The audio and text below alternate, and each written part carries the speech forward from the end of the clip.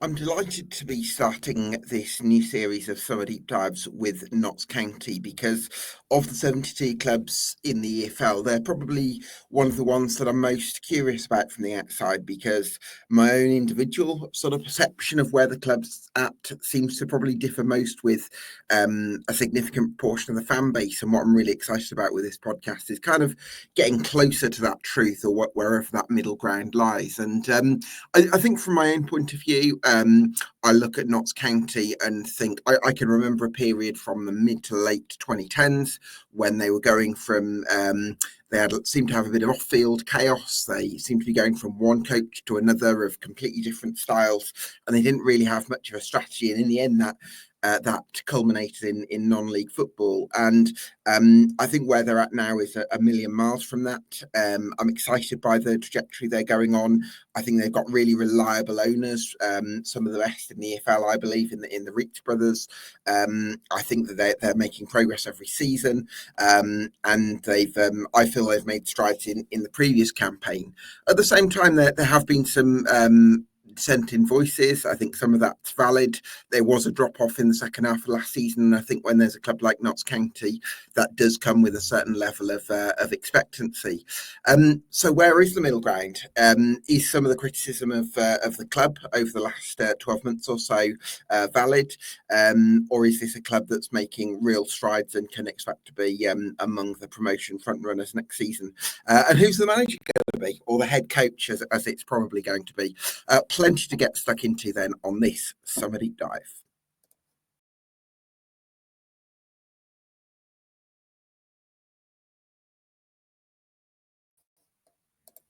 Yes, welcome along to EFL Debate. This is a new series of summer deep dives. I'm speaking to a fan of each of the 72 EFL clubs over the course of the summer between mid-June and mid-July. So if you want more of that stuff, you can get subscribed to us on YouTube and on Spotify. That would be very much appreciated. So I'm delighted to be joined by my first guest of the series, which is Tom Williams of the Not to Talk About podcast and very popular figure in the EFL and non-league communities. Good morning, Tom. Thanks so much for joining us. What's your feeling on where Notts County are at as a football club right now? Yeah, well, I actually want to thank you for having me on. Firstly, Gab, it's always a pleasure. And obviously, when you asked me, I didn't realise I was going to be first up. So obviously, pressure on to do a decent job. I actually thought you summarised it really well in the intro, and I thought that you touched on some really good points. In as much that, like, the fan base, and I'm included in that, were disappointed at the end of the season. Not just the playoff exit, but I think the playoff finish. And that is a really weird thing to say about a club obviously finishing in the playoffs in any league. And I think there was quite a few teams in League Two actually that felt like that. 3 of the 4 probably were pretty disappointed with their season finish. Obviously, Wimbledon ended up being really happy, but they were disappointed probably at the time. And I think that kind of is a little bit where this summer feels like a reset, and it's been quite good really. The last 2 weeks, there's obviously there are itchy feet. People want to see a new manager, but I actually think that a little bit of time has given everyone a chance to reflect and probably put into perspective where we are as a club and what like a positive position we actually are in. Like I say, I've been guilty of it as well, being a bit doom and gloom and not being happy. But when you, like you say, you compare and contrast it to how the club's been in the past, you can't be anything but positive. And I guess it gives a little bit of perspective and where we're at. Obviously, I do think we had the squad to finish top 3 in hindsight, but a top 6 finish is still a really good season. And if you'd offered us that at the start of last season, we would have taken it. So it's all about perspective, isn't it? And I think with the Reedtz brothers in charge, yes, of course, like anyone, mistakes are made, and some decisions aren't always 100% the best. But I think they get more right than they get wrong. Yeah, I agree. Yeah, and I think we're in a really good place now. And I liken it to when Ian Birchnell left. I liked Ian Birchnell, but a lot of fans didn't like Ian Birchnell. And same with Stuart Maynard. Some fans still quite liked him, but a lot of fans didn't like him. And then the next appointment they got in was Luke Williams. And I'm not saying that we're going to get a Luke Williams type figure where he just seems to be perfect, but I think he was definitely aided by the timing of that, where you've got a fan base who've been split over a manager, and whoever's appointed next depending on who it is, of course. But Sure. I would say, 9 out of the 10 possible appointments, I think there'd be probably unification around the candidate. And I think that would be a really positive place for Notts going into next season. Yeah, absolutely. I think two things can be true at the same time, Tom. I think on the one hand, I personally, and I might be in the minority here, I still feel Stuart Maynard could have been successful if he'd been given more support in terms of coaching staff, which he didn't have in the second half season, another summer to recruit, maybe a bit better luck or more in terms of sports science, in terms of staying clear of injuries and keeping key players fit and fresh for the whole campaign. With all those things in place, I do think there was a possibility that Stuart Maynard could have gone on and been successful. At the same time, I think it's also true that it's possible for Notts County to find that Luke Williams, if you like, somebody who can kick things on another level. And I suppose that takes me on to the recruitment search, because Tobias Solberg is the current 1-2 favourite, formerly Duggerfor's IF coach in Sweden. Now, I'm not expecting you to be an expert on Swedish football, Tom, but I suppose because I'm not either. But I do quite like that the club is willing to look further afield and isn't just focusing on the domestic market if there's substance behind those links. Yeah, I mean, those links, I think they came from X, from Twitter. I think someone has probably picked him out as being the type of appointment that the brothers would look at, and whether it is him or not, I think that remains to be seen. But there's You've been got to loads. admire the hipster element to try and pick out Tobias Solberg as the next Notts County head coach. Yeah, exactly. There's definitely some interesting, and the favourite has changed loads of times. There's definitely some interesting names and things like that. But I think that is, you've hit the nail on the head again there in terms of who it will be. There is, I think Stuart Maynard was slightly different because obviously he came from the domestic market, and it was still a little bit outside the box type approach, trying to find value where others don't. Looking at a part-time side and trying to find value there. But obviously Ian Birchnell, whilst an English coach, was working abroad, and Luke Williams, again, of course, was a coach with a very good reputation, but not one that was working within the game at the time, and kind of, again, was a little bit left field, even though within the game, obviously, very well respected as a manager. Despite a very good start at Swindon, it kind of petered out and didn't end very well for him. So that is kind of, I guess, where we're at. I think it will be another appointment of a similar ilk. We've been linked with Liam Richardson, and obviously a lot of the fans want the likes of Des Buckingham, which I think is a little bit too ambitious, to be honest. I don't think he would drop to League Two, but obviously it'd be great if he did. I would obviously love that, but I think it's probably maybe, considering he's been linked to the Cardiff job, I think it's probably a little bit step too far. Okay. But I don't think it'd be an appointment like that. I don't think it'll be an EFL proven manager. Obviously, there have been, again, one of the people in the odds for a lot of the times was João Alves, who's obviously an internal appointment. Well, do you know what, Tom? Just on that, I looked on the Wikipedia page, and for some reason, João Alves is listed as an assistant on the Wikipedia page for Notts County. So I don't know who's behind that or what that means, but I just thought I'd throw it out there. Yeah, I mean, he's had a really interesting rise from being an analyst. I think he has been assistant under Stuart Maynard at the latter portion, because obviously Stuart's assistants left. Oh, I see. Right, okay. Yeah.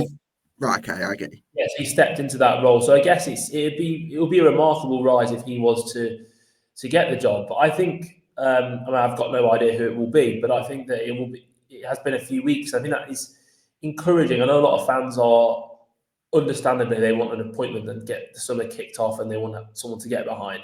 But I think it shows they're probably doing their due diligence. They're not rushing a decision. It'll be measured. It'll be considered.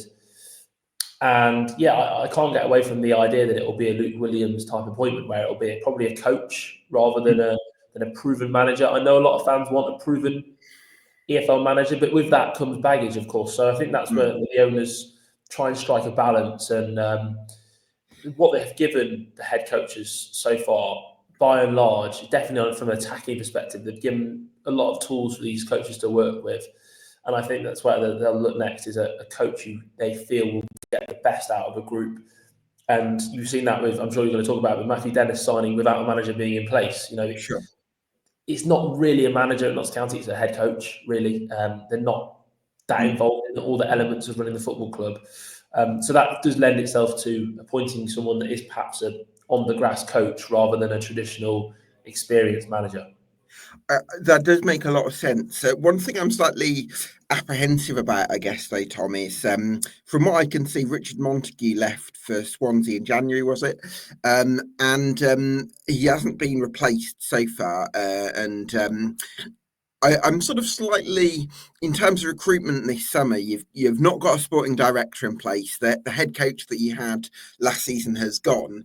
Is there a danger that because by the time some people come into those positions, it's almost too late to have the sort of their own lists drawn up, if you like? So from a preparation point, is there any apprehension from your point of view around that? Yeah, I get what you're saying in terms of certainly for a manager, I guess, or a head coach rather, coming in, working with a group that he's perhaps not worked with, and he'll have his own opinions on who he'd want to play and who he'd not want to play, etc. Those sort of things. But I think it's the way that the club kind of operates in terms of they have their own model, which they've had at their own company, and then obviously tried to, I guess, tweaked it for Notts and used it in a more professional football setting. And I think they trust in that model. And don't get it wrong, I think the model's got some things wrong. I think it's certainly its profiling of attacking players is stronger than it is of defensive players. Although this season we've got that right, and I think that's the big thing, is that whoever comes in has got, as long as the squad stays the same, has got a lot of key tools to work with. I think in terms of the spine of the team is really strong. I think you've got 5 or 6 players that would probably get into most teams in the league. I'm probably trying to be conservative there. I think there's probably at least 5 or 6 that you would say most sides would be very happy with in their starting 11. And unlike teams of the past, of not recent teams, they're not necessarily just the front 4 or 5, where in the past you might have gone, oh yeah, we'd take the front 5, but we'd have to have a whole new defence. We've already got those pieces in place. So I think that what you said about Stuart Maynard as well could have been a success. I mean, what he has overseen is, I guess, a period of transition where we've gone from being an all-out attack team to now we're probably in a position where we're actually probably slightly more, I wouldn't say defensively minded, because we still have the ball and dominate, but we're less risk-taking. So now we need to, I guess, strike the balance between the two extremes, where probably there's been too much focus on being really solid. We've probably lost a little bit of that spark. So I think, I mean, you say that, Tom. I mean, I definitely think second half of the season there were certainly games where that was the case, but you were still one of the most creative sides statistically last season. So I agree with you. I think there have been shifts towards becoming more solid, and it's constantly a balancing, a sort of what's the kind of getting close to that kind of middle ground, if you like. But I do think that you are closer to that balance than maybe you were the year before, when you were brilliant going forward and hopeless at the back. I think this season just gone, you've been pretty good going forward and very strong at the back. Yeah, no, definitely. And just to also touch on one of your previous points, we haven't got, I guess, a direct replacement for Montague. But we have got Roberto Gagliardi. I think it was at Leyton Orient. I think it was before he's kind of come in as, I think, head of football, that sort of role. So okay. So right, okay. There are people, and obviously the Reedtz brothers as well. So they're perhaps not like the light replacement, but with him and Joe Palmer obviously doing the more business side, and I think that is the other thing to touch on, though, as Notts as a club, is that there is, I don't want to say concern within the fan base, but I guess as a club, we're trying to operate on 2 fronts in terms of as a football club, but also as a business and a self-sustainable model. And with the things like the Nest, which obviously has been brilliant for the club, and another revenue stream. But we kind of, I guess, not split attention in terms of course, we still want success on the pitch, but I guess some fans will probably want all attention to be poured into on the pitch operations, if that makes sense, rather than a self-sustainable model where there's perhaps concern that we haven't reinvested some of the money for players we've sold, things like that, where it's going on infrastructure. But I guess that's a long-term project for a club, isn't it, to try and operate slightly differently than other clubs, and obviously differently to how Notts have operated in the past as well. Yeah, absolutely. Yeah, I think Gagliardi is a good point about Gagliardi coming in. I think for some reason I looked on the club website and they didn't have him listed there, so kind of slipped through the nest for me. I want to have a look at the squad. You've got Alex Bass in goal. One of the best goalkeepers in League Two for you? Yeah, definitely one of the best, if not the best. Now that I guess last season you probably have him up there with Owen Goodman, but obviously he won't be in League Two next season. So I would probably say he's the best keeper in the league. Maybe Matt Macy at Colchester is obviously very good as well. But yeah, if not the best, then one of. And it's been a real problem position, I guess, for Notts, where again in terms of fan base confidence, it has been pretty low until Alex Bass, everyone's been behind him, and he's rewarded that faith. But yeah, obviously a backup as such is needed, but it's a real problem position to It's a recruit. hard one to recruit for, isn't it? 100%, exactly. And I do worry that in the past, perhaps we haven't given that position the due attention it needs. It's very difficult because you are looking at Alex Bass and you would expect him to play 46 games. But he did get injured last season, and thankfully it wasn't a long-term injury, but it then meant Sam Slocum had to step in, and Sam's been a great servant to the club, but he's probably been a little bit overdue having an upgrade in that kind of department. So yeah, I think that will be one of the positions we actually will need to recruit in, despite the fact that we probably have got an undisputed starter, but yeah, it's a very difficult role to recruit for. Yeah, I think that's going to be the big priority. But it's great. I think if Bass stays fit for the whole season, then that would be a great plus for you in terms of challenging right at the top. In terms of the outfield squad, it's obviously a little bit difficult to map the squad out without knowing what the formation is going to be next season. So I've gone off last season's formation, which was normally a 3-4-2-1 or something close to that. I mean, yeah, I don't know whether Tobias Solberg, if it is him, is likely to want to go to a back four. Do you think that changing from a back three from time to time and having a bit more flexibility could be a help for you next season? Definitely. I know there were sort of calls towards the playoff campaign to go to that. I just think that to coach a new system, you need a pre-season really to really get those patterns and that structure right. I think changing it mid-season is difficult. It'd be great to have the flexibility to play both. I think we need to recruit a different profile of player in a few areas because we haven't got a natural left back or right back really. You could put Jacob Badeau at left back or Lewis Macari at right back, but neither of which really are a traditional You fullback. wouldn't call them fullbacks, would you? No, exactly. So that would be the issue with that, would be that we'd have to probably add a few more bodies to a squad, which I think is already a little bit bloated, to be honest, in terms of the amount of bodies we've got, especially in midfield, where I expect to either trim down or I do expect to probably perhaps move a couple on. But I think it'd be good to have a bit more flexibility in terms of shape because we have played that shape and system for a long time now, and that of course that has been the recognised possession-based system and shape for a few years. But football moves on, and there have been a lot more back fours, especially at the top level. A lot of back fours, especially defending in a four, have been a lot more popular. So yeah, I would expect whoever the head coach is to play a system that suits obviously what they believe. But yeah, it'd be nice to see us use a four. But we've tried it before. Luke Williams even tried it, and it didn't really pay off. So it's difficult. I think it would need a full pre-season and fully committing to it to transition to a new shape. That's the thing, because if we look at an area like right wing back, do you recruit I think you'll sign a right wing back one way or another, but what I'd say is, do you recruit a super attacking right wing back who can provide all the width and be that guy that really gets you moving in the final third? Or do you sign a right wing back who can bomb up and down, but could also be a right back in a four? Because the latter option would give you more flexibility, but the former option would maximise the 3-4-2-1, especially if you want the two number 10s to play close to one another, would probably maximise that better. So again, that's going to be a key factor in determining how you recruit.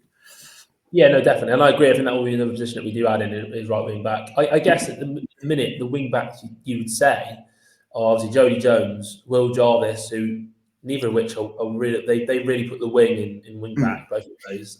yeah. And then you've got Cerula and Gordon.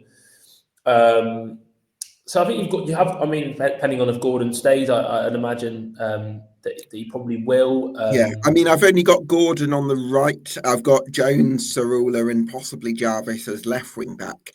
Although there's an argument that Jarvis is maybe better suited to a different role, but Gordon seems to be the only. I mean, I know Maynard did play Sarula on the right, but I think conventionally, I think Gordon's the only natural right wing back.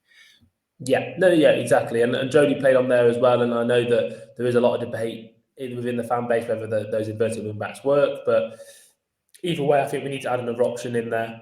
And whether that's a more natural right wing back probably would be good for the flexibility of the side.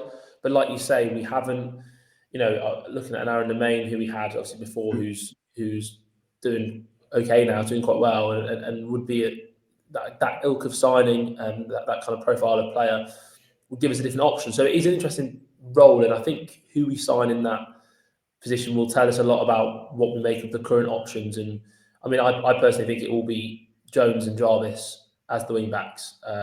Really, you don't think you'll recruit a first choice wing back? I think with those two, you've got two unbelievable footballers where 1v1, and I think that's the crucial thing about playing Jarvis as a wing back is that, yes, I agree, he's played as a centre forward and he's got some attributes there, but I think his best attribute is one-on-one against a defender, Right. standing start, and I think you get that as a wing back a lot more than you get in the centre of the pitch because Mm. you close down a lot more in the centre of the pitch. When you're a wing back, you've got a touchline protecting you from one angle, so you've only got to worry about the players in front of you. So I think he'll probably be playing in that left wing back role. But for me, yeah, Will Davis is probably one of the key players this season. I think he's a player that we really need to almost build around Mm. because he's our player, he's permanent, and he has shown flashes of brilliance. And I think that he's a player that could really develop and it could be a really, really big player for us.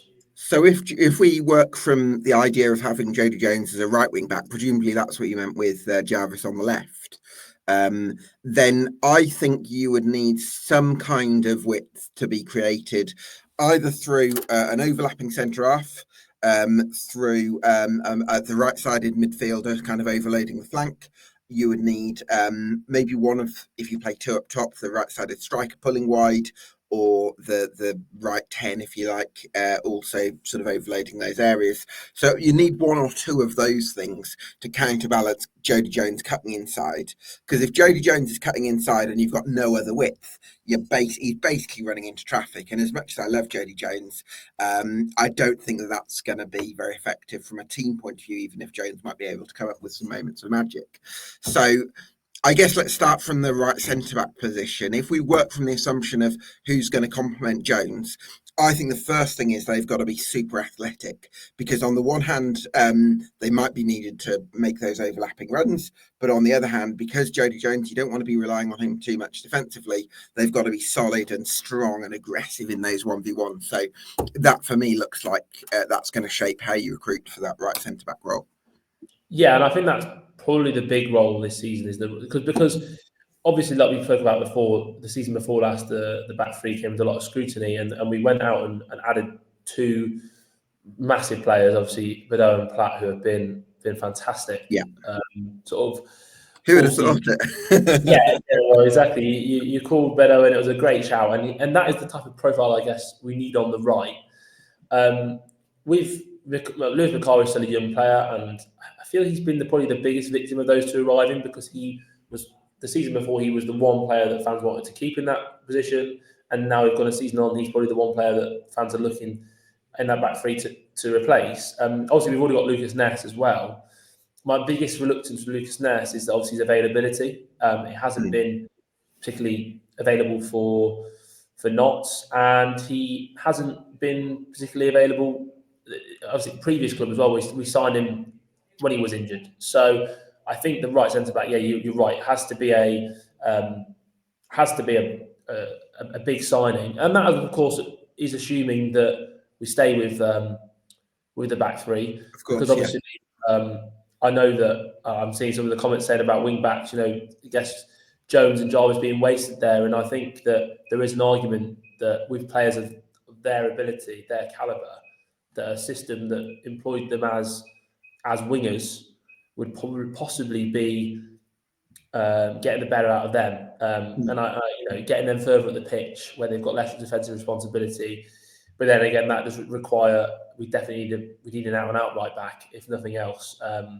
And maybe you go Platt and Bedeau as your centre backs, and maybe Cerullo could play as an out and out left back. I don't know. He's quite attacking for me for that role, but maybe you want that. But I think it definitely is merit to say that use them as wingers would be preferable. But if we do stick with a back three, I think right centre back is the position where 2/3 of the back three is nailed on. You're not going to get those Bedeau and Platt aren't going to be dropped out of the team. So there's kind of one centre back position to play for.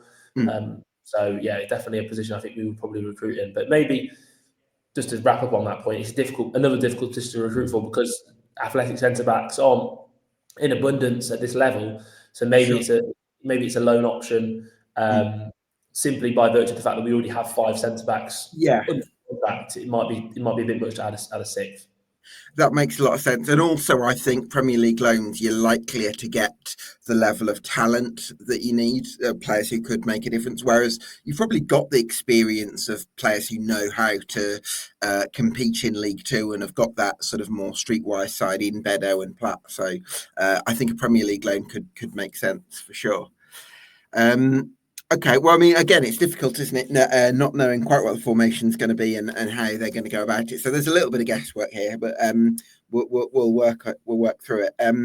I guess in terms of the middle centre-back role, for me, I think Rod McDonald should only be a middle centre-back option because in terms of depth, because I think it looks very awkward for him when he's in one of those wide centre-back spots.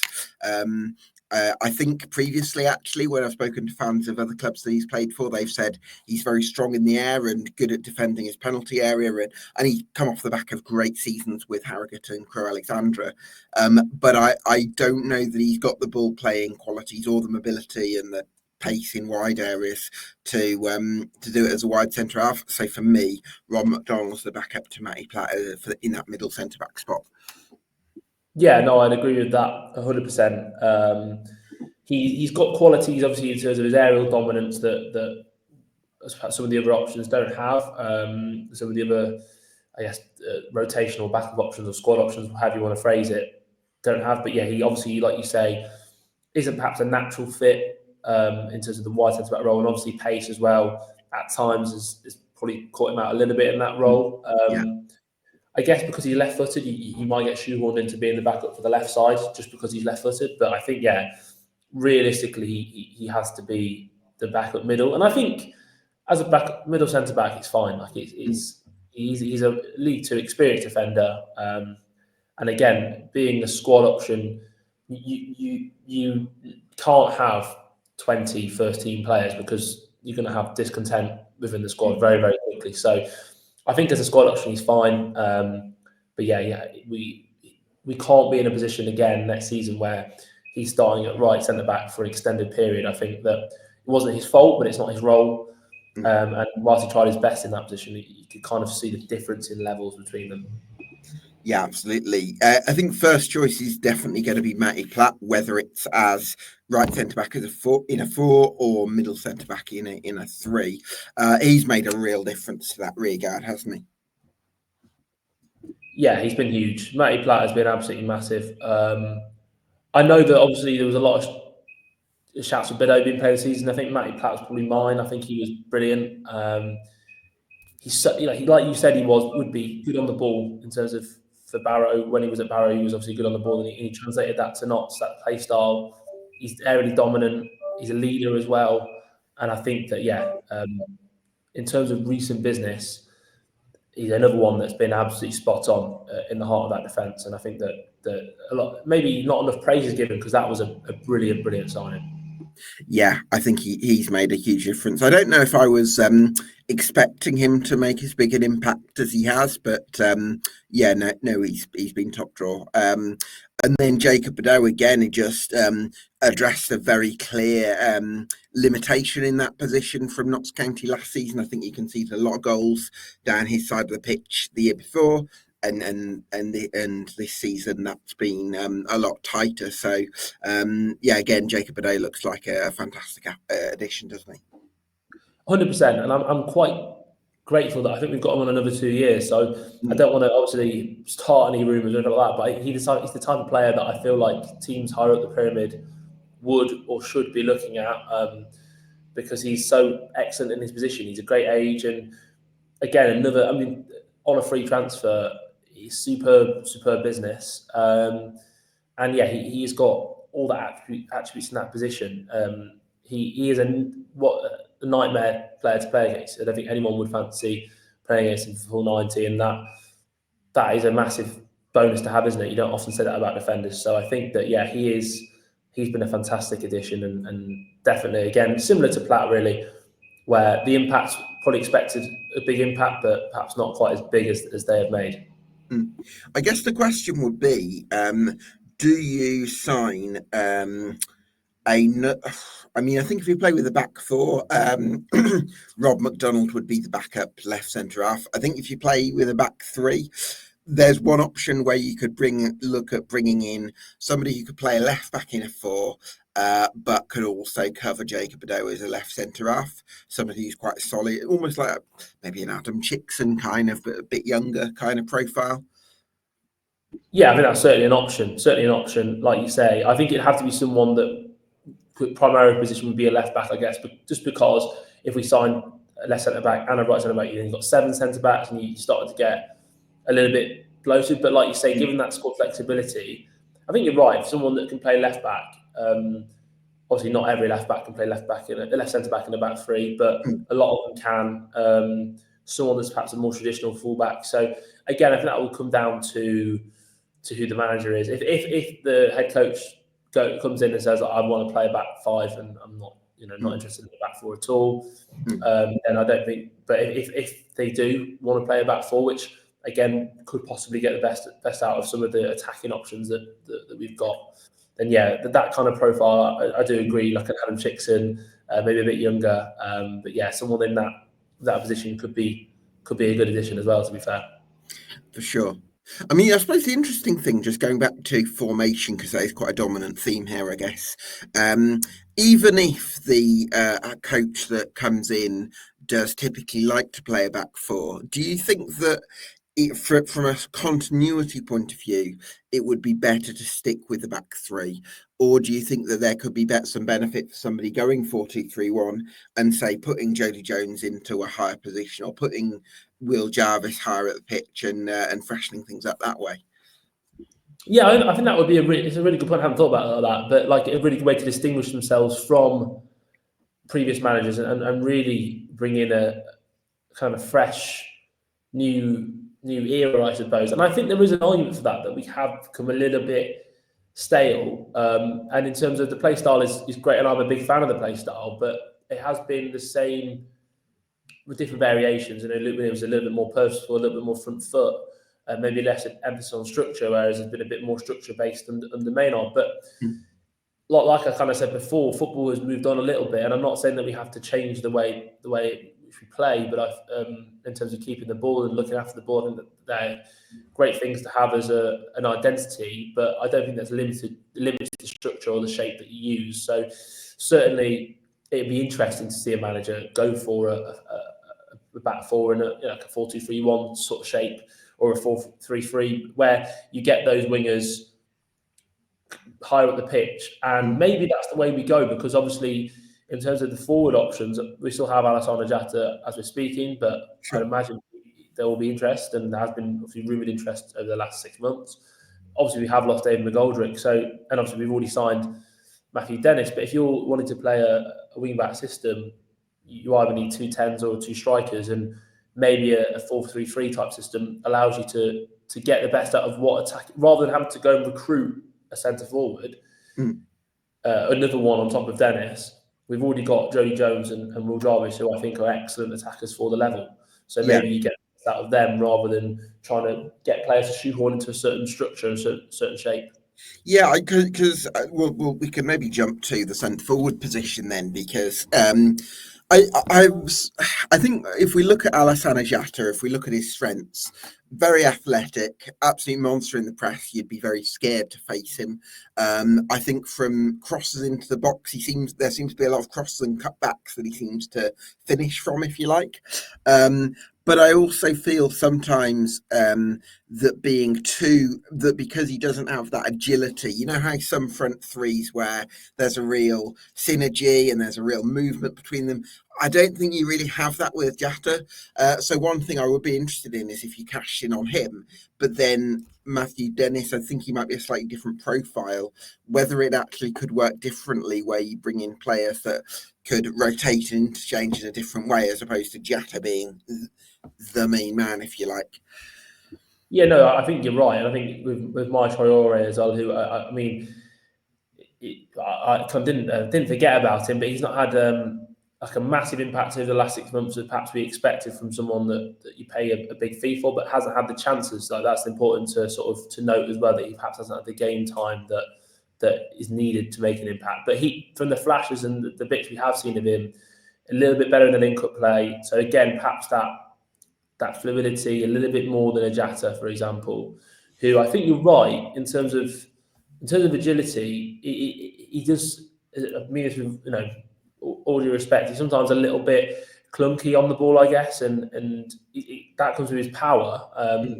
But he's not perhaps got the most refined. He's not the most refined or most finesse for a forward. So yeah, if we were to play a system where you're trying to get a Jarvis and a Jones involved and is more about link-up play and a bit more fluidity, then yeah, I think Traore may be a better fit in that position. So with Dennis already coming in, I don't know if we would target another centre forward, especially if Jatta stays. I don't think we would target another centre forward at all because there's already 3 in the building. Sure. And I know that a lot of Notts fans will say, well, we haven't replaced Didsey, but I don't think you can replace McGoldrick. I just don't think there's a player of that level. Yeah, exactly. I just don't think there's a player that replaces McGoldrick. So I think that you kind of want to hide into nothing trying to find a replacement because there isn't one. So I think that's kind of, you have to overlook that a little bit. As sad as that is, I just don't think there's a player of that caliber that would come to League Two. Yeah. I mean, do you think the club will cash in on Jatta this summer then? Do you think for 700 grand, 800, something like that? I think if we got that, I think we would. I think obviously hindsight's a wonderful thing, and obviously bearing in mind his performance in the second half of the season, there would be an argument to say we should have cashed in January. But if you go back to that point in time, that would be a team competing for top 3, selling their top scorer, which would be an ambitious move, having already lost Dan Crowley in that window as well. So.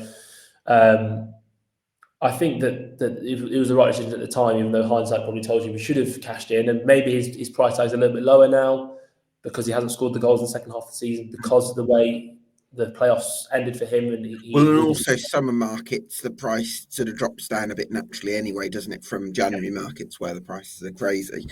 Exactly. I think the one bonus we do have is that for League One as well, I'd imagine he would go, top end League One. And I don't think the market is brilliant for strikers in terms of, I think those teams are going to have to pay for a striker anyway. So I don't think there's loads of free agent strikers in those positions this summer. So we're lucky in that sense if we wanted to get a little bit of money for him. It's a difficult one because you don't ever want to say, like we want to sell a player who's scored that many goals. And last season, 4 players got double figures for goal contributions, and that was McGoldrick, Jatta, Crowley, and George Abbott. Of course, 3 of those have already gone. Abbott's gone back on loan. Crowley had double figures before January, and McGoldrick's gone. So if you lost Jatta as well, you then go into the new season with none of your 4 top goal contributors. So it's a completely fresh start and reset. But in some ways, I think that he's probably, of the 4, would be the one that you would want to cash in on. So obviously George Abbott was out of our hands, not our player, but Yeah, it's a difficult one in terms of would I want to keep him or not. But I think if you got a good offer for him, the way the club operates and the model that we have, I think we'd have to take a good offer for him, because I think, as much as I do like Jata, he's replaceable in that role. Probably more so than, say, Langstaff, who we lost 12 months ago. Yeah, absolutely. Well, I think with Langstaff, he did have a little bit that ability to just drop in sometimes and link up play and get involved with that side of the game. I wanted to ask you about Matthew Dennis, because I know you do cover a little bit of non-league. Have you been able to do some digging on him after he signed for the Magpies? Yeah. I mean, I'm excited by him as a signing. I think it's the exact right type of profile that Notts should go for. And I guess a little bit, like we mentioned at the start of the show, in terms of the perspective of where we're at. And I spoke about how we've kind of lost sight a little bit of, actually, last season was quite a good season, all things considered. It's kind of a similar thing where I feel like we've kind of lost sight of what we do best as a club in terms of recruitment, and that is signing these types of players. Obviously, 23, free transfer, like with an asterisk of small amount of compensation, I imagine, because he's 23 and under and have been offered a new contract. But it'll be a small amount because he wasn't a Carlisle youth player or anything like that, so it won't be loads. And he's got a good goals to minutes ratio as well, which, and I like what I've seen of him. He's got a little bit of pace that perhaps we haven't had. He's worked under possession-based coaches, your Mike Williamsons, Jimmy McNulty's, who will have done that detail with him to get in the right positions, Yeah. staying in between the posts. He does that quite well. So I think that will be really useful, and he'll fit into the style, I think, a lot better than some forwards would. So that period of adjusting will be hopefully a lot easier. I think the caveat you have to have is the availability question mark, which a lot of our signings increasingly tend to have against them. I think that's where we, as a club, probably feel we find the value, that we can take players that have got a small sample size but have got a good sample size, good within the small sample. Yeah. But there is obviously an inherent element of risk there that you do rely on getting the sports science side right, and if sometimes you sort of open yourselves up to that risk. I tend to think you want to have one or two of those risks, if you like, in the squad, but you also want a really large group of players who are very reliable, so that you know what you're getting over the course of the season. Because I think if you have too many injury risks, then you do come a cropper. So yeah, and I think that is probably the one question mark is that we haven't just got one or two. There's probably 4 or 5 at least, and obviously one of them was Junior Moraes, who's now gone on a mutual termination, and I wish him all the best. But yeah, there is that element of risk to him. But I think overall, though, he is a very exciting signing in terms of, I think that he could be one that we can get the best out of. And again, not to sound like we want to be a selling club, but I think he's also one of those players that's got the potential, because he's on a 3-year deal. I think he's got the potential to be sold on as well in 12, 18 months' time. I think you're getting him at the right age, because I think he got a move. He'd done well at the start of his career, and then he got a move to MK Dons. I think around 2022, something like that. And it might have been a bit too soon for him to go for that kind of step, but maybe this time around he's got a bit more experience under his belt in non-league and in the National League, and so that could help him. I want to circle back to midfield then, Tom, because at the moment you've got 4 senior midfielders in Matty Palmer, Jack Hinchy, Scott Robertson and Curtis Edwards, with Riley Reynolds, make sure I get the name right, off the back of a positive loan at Kidderminster Harriers. Do you think you'll recruit another midfielder, or do you think you're done in that area of the pitch? This is the biggest problem area for me, because I think you can probably put Conor Grant in there. I know he's more of a 10, but you could probably get him in that conversation as well. So like you say, we've got 5, 6, if you include Reynolds, who had a positive loan. I imagine he'll go out on loan again to the National League, but it's definitely exciting to see a young player from our youth side kind of getting those senior minutes, and it'd be nice to see someone come through and break into the team, which hasn't, the ones that have been, like Lucien Mahova, for example, who's gone on and played championship minutes. We let him go. Norwich, yeah, exactly. We let him go. So, and it'd be difficult for him to play with Bedeau being in the team and things like that. But it'd be nice to see a young academy product break through. So excited about him. But this is the area of the pitch where I think, when I mentioned we've got a bloated squad, I think this is the area where I look at that and there's been a discontent around Matty Palmer. I don't share in that discontent. I actually think he was a victim of a team where towards the back end of the season, well, firstly, he had George Abbott next to him, which I think made his performances not look as strong because George Abbott was just so good. So I think he suffered in the sense that he's playing against someone, alongside someone who's a star. Or his own performances, Tom, before his injury meant that the expectation of where Matty Palmer's sort of level is, it was at really high standards.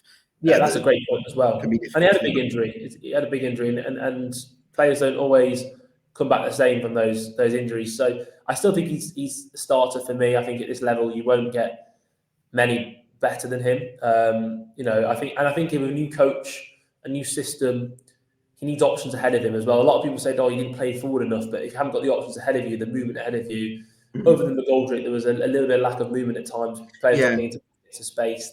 It's hard. I wonder, because I felt like as much as there wasn't much in the way of combination play or movement in those advanced areas, was there? So I guess that makes it harder. So is there a possibility that Curtis Edwards, if he can find full fitness, could find another gear? Matty Palmer, full pre-season, that's going to benefit him. Jack Hinchy is a young talent, another year on. Scott Robertson in the mix as well. So is there a possibility that some of these players could become better with different movement ahead of them? Definitely. I think Scott Robertson's the one you look at there, and we missed a little bit of some of his qualities last season in terms of he's got that little bit of aggression in midfield that perhaps we lacked at times. But that is my sort of worry, is that obviously Robertson, again, another one, availability, injury. He had a season sort of plagued with injuries. But you've got him, Edwards, like you say, Hinchy and Grant, and I think that they're all fine players, but they're obviously, firstly, none of them are George Abbott, which is difficult. Again, another player that I think is going to be very difficult, well, basically impossible to replace. Yeah. But I do just look at that midfield department and think that is basically the reason why Sam Austin, I think, was released, because he was another body in that role where, had others been out of contract this summer, maybe they would have gone instead of him. But if you keep Sam Austin, you then really are locked in at centre midfield. I think we've probably got space for one more. I think we probably will sign in that role. Maybe another loan player. Maybe it might be a loan. But I do think we need someone with that a little bit of X factor, especially, again, I know I'm lumping Grant in there because in terms of like having 10s, we haven't got any real 10s. Yeah, oh my God, yeah, it looks very dry, that 10 position, those 10 positions, don't they? I mean, I've got Connor Grant, who you mentioned there, Cisse as well, you'd probably class as a 10, and I think it's James Anderson, isn't it, from the academy? But other than that, I mean, yeah, you're definitely going to need a couple coming in those positions. Yeah, exactly. So I think it all depends how and where you profile the players, because I mean, there's obviously the school of thought where if you go with the 2 10s again this season, Curtis Edwards could play one of those 10 roles, and then you've got the space to assign another centre midfielder. But again, it's that kind of, do these options really inspire you in terms of, you look across the squad, and we spoke about the centre backs, how great they've been. We spoke about Jarvis and Jones, how exciting they could be. Centre forwards, again, also exciting area. I think centre midfield is an area where we've probably got the most players across the 8 and the 10 role, I guess. But none of them really grab you and you go, wow, what an amazing option. Or, every team in this league would love to have them. I'm not sure you say that about a lot of those players. I think Connor Grant will be actually, on that, while we pick up on that theme, I would say there's probably 4 players in the squad right now that I think that's probably true of. Yep. I think that maybe 5 if you include Jatta for now, although I think the club might cash in on him. But yeah, I think be 4 or 5 players from last season that you would say, yes, they really move the needle. So I think the recruitment in terms of the other half of the other few in the best 11, I think is going to be crucial. Exactly, and that is a great phrase, move the needle, in terms of.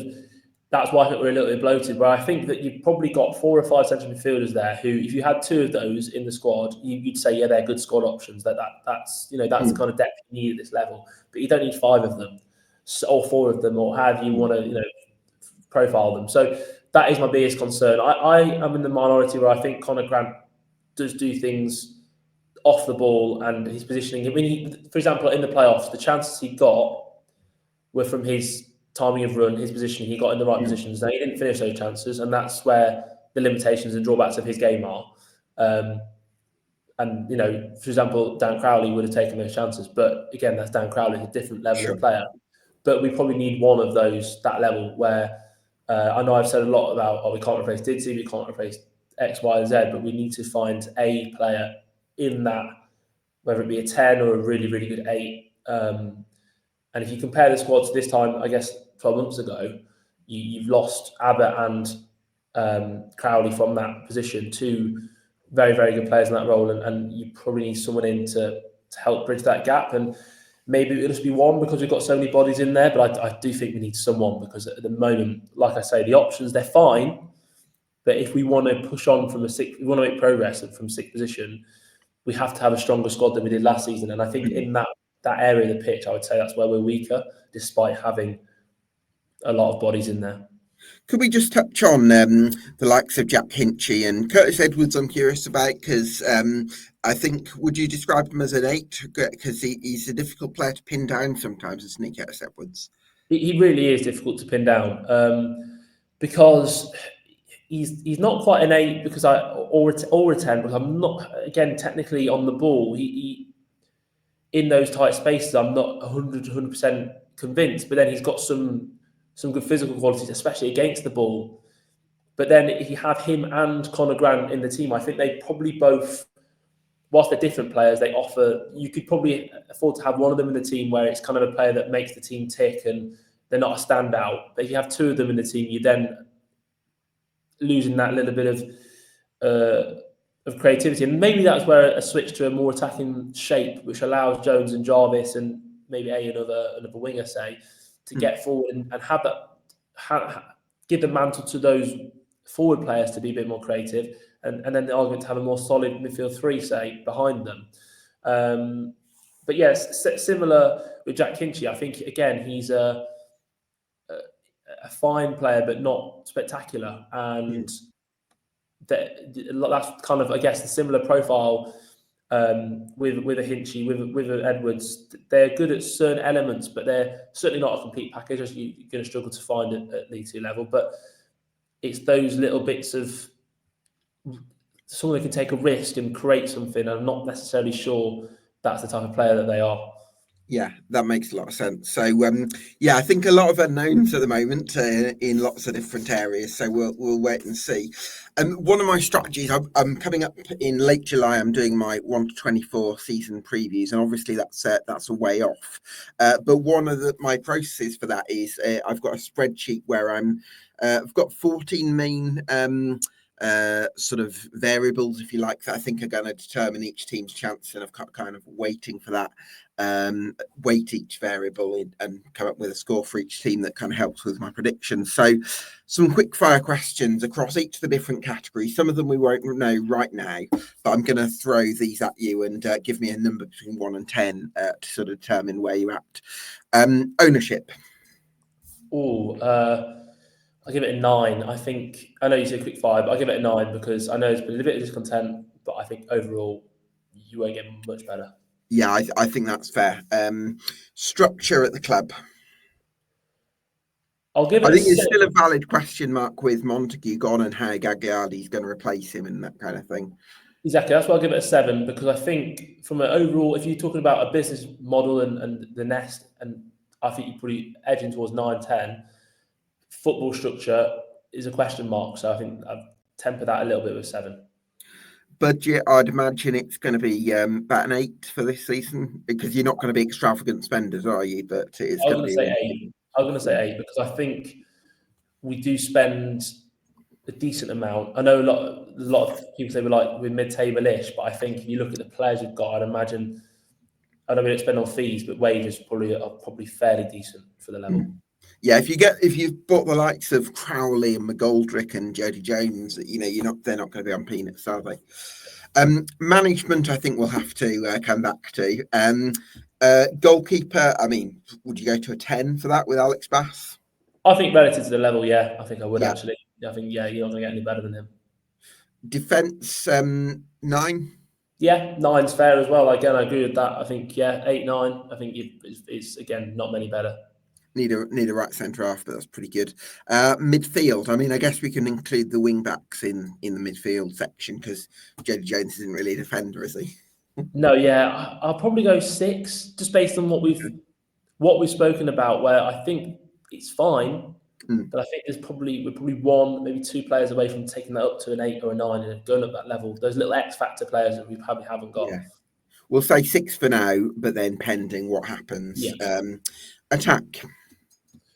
Yeah, again, depending on shape. I'll give it maybe a 7 for now, because I was going to say maybe like an 8 or something, but we have lost McGoldrick, and that's a big loss. I think that takes you down at least 1 point. So I'll give it a 7 for now. But I think that depending on shape, if you add Jody and Will Jarvis into that movement from midfield, maybe the midfield comes down a point, but then the attack goes up a point. So I think it all depends on the shape. That makes a lot of sense. Depth, again, difficult to say before you've signed anyone. So this early in the summer, that's kind of how we have to record these. But depth, I mean, you've got a fair squad in place already. It's just it's quality over quantity needs at the moment, isn't it? Yeah, exactly that. So it's really difficult because I think we've got depth into the numbers is actually fairly okay. I know we struggled with injuries and stuff last season, but quality depth, I don't know if you picked 11 now, you look to the bench, you go, oh yeah, we've got game changers on that bench. I'm not sure you'd necessarily say that. So maybe I'll go 6. Maybe okay. That's 6 maybe for now, but we can maybe come back to that and see how it changes. Squad stability. Stability probably is 7, 8, because we haven't lost. Well, we have lost a few big players, obviously, but obviously McGoldrick's the big one. But I think the retain list, other than McGoldrick, who we didn't manage to get a deal with, we released everyone. So it wasn't like we were offering players and players we wanted to keep, we kept, and other than McGoldrick, who left. So I'd give it 7 because over the last few seasons we've lost big players, but I think the nucleus, the core of the squad, will be largely the same next season. Yeah, I think 7 or 8 is fair. So growth potential.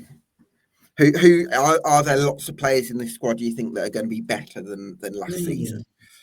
It's a great question. I think Will Jarvis is the big one. I think he could definitely grow massively. I think he could become a really, really, really good player, like a top League 2 player. I think Matty Palmer actually, weirdly, could grow back to the levels that he has shown.